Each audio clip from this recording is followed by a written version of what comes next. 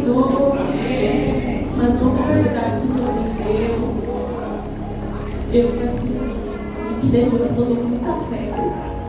Ele faz, e eu sinto uma tragédia para mim ter assim oscilado. Mas vamos ler Neemias primeiro. Pode ficar sentado dentro desse lugar. A gente vai passar os olhos lá em Neemias. Que o Senhor tem uma palavra para o nosso coração. Amém? Vamos lá. Neemias primeiro que diz assim. Palavra de Neemias. Acharam?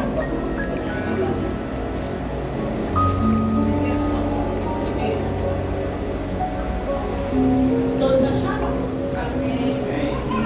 Palavra de Neemias, filho de Acalias, no mês de Quisleu, no 20º ano, quando eu estava na cidade de Susã, veio Anani, um dos meus irmãos, com alguns homens de Judá.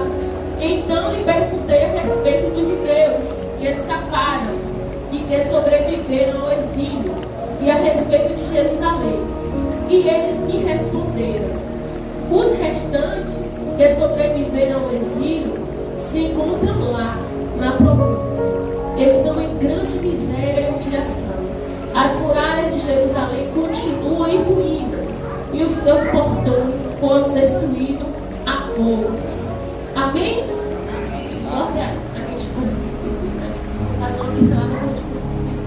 O livro de Neemias, ele vai trazer uma reflexão para nós a respeito de várias questões. Mas também você destaca primeiro no sentido de oração e depois a reconstrução dos muros de Jerusalém. E o que é bem interessante é que Neemias está lá e seus irmãos vão para Susã e ele pergunta como é que estão os seus irmãos. Ele quer saber deles, como é que está o povo lá, como é que estão os nossos irmãos. E ele vai dizer: o povo está lá com grande miséria. O muro está derrubado, estão destruídos e eles estão lá prostrados. Agora o que aqui nos chama a atenção aqui é que eles estão lá, estão vendo Jerusalém, que não tem a mesma formosura, não tem a mesma beleza, mas ele não se posiciona, não se levanta para reconstruir. E a Bíblia vai dizer que Neemias, ele fica triste com aquilo, porque quem é que não fica triste com a situação de seu irmão, com a situação de Jerusalém no estado que está? E Neemias, ele vai se entristecer, e ele vai orar, ele vai jejuar,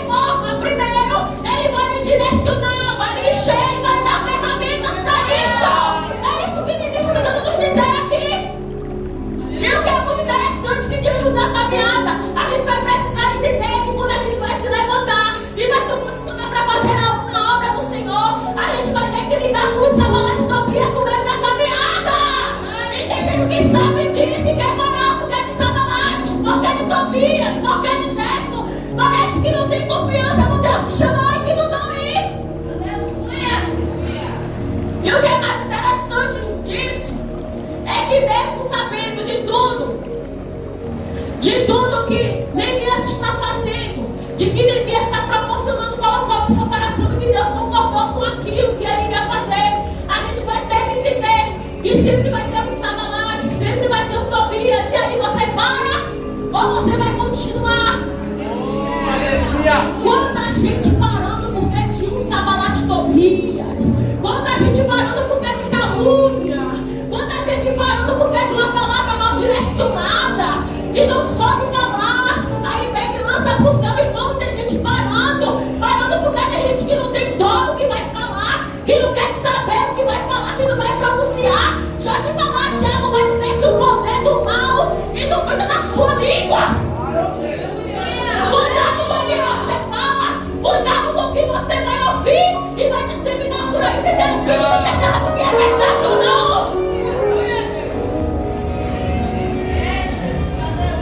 E a gente vai precisar entender isso. Por quê? Porque a gente vai precisar entender. Porque Sambalate Tobias, ele vai mandar 3 vezes pessoas e até ele mesmo para tentar pará-lo. Primeiro, ele vai armar uma estratégia para que Neemias seja pego por eles. Ele vai mandar um recadinho para Neemias e vai dizer que é para ele se encontrar com ele em tal lugar. E sabe o que é interessante? É que todo crente deveria ter o que ela diz, é discernimento de espírito.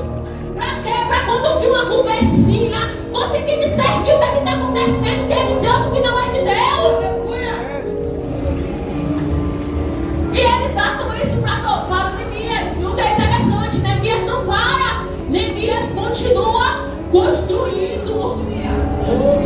Neemias continua caminhando. Neemias continua fazendo o que tem que fazer. Neemias não fica preocupado com o que eles estão armando, com o que eles deixam de armar, com o que eles falam, com o que eles deixam de falar. Neemias simplesmente começou a obra e vai continuar fazendo a obra. Agora o que é interessante é que tem gente que só porque faz a obra quer se beneficiar da mesma. Quer se beneficiar da obra de Deus. Aí sabe qual é o problema? Usamos aquela simples fala bonitinha, modéstia nossa. É para a glória de Deus, você sabe que não é. Vocês sabem que não é. Vocês sabem que tem gente que faz a obra de Deus por completo prazer em si, não enaltecer. Tem gente que não dá glória a Deus de jeito, não dá glória a Deus de jeito nenhum. Não dá glória a Deus. Sabe que se Deus não for com você, você não dá um passo. E se você dá, você volta quebrado.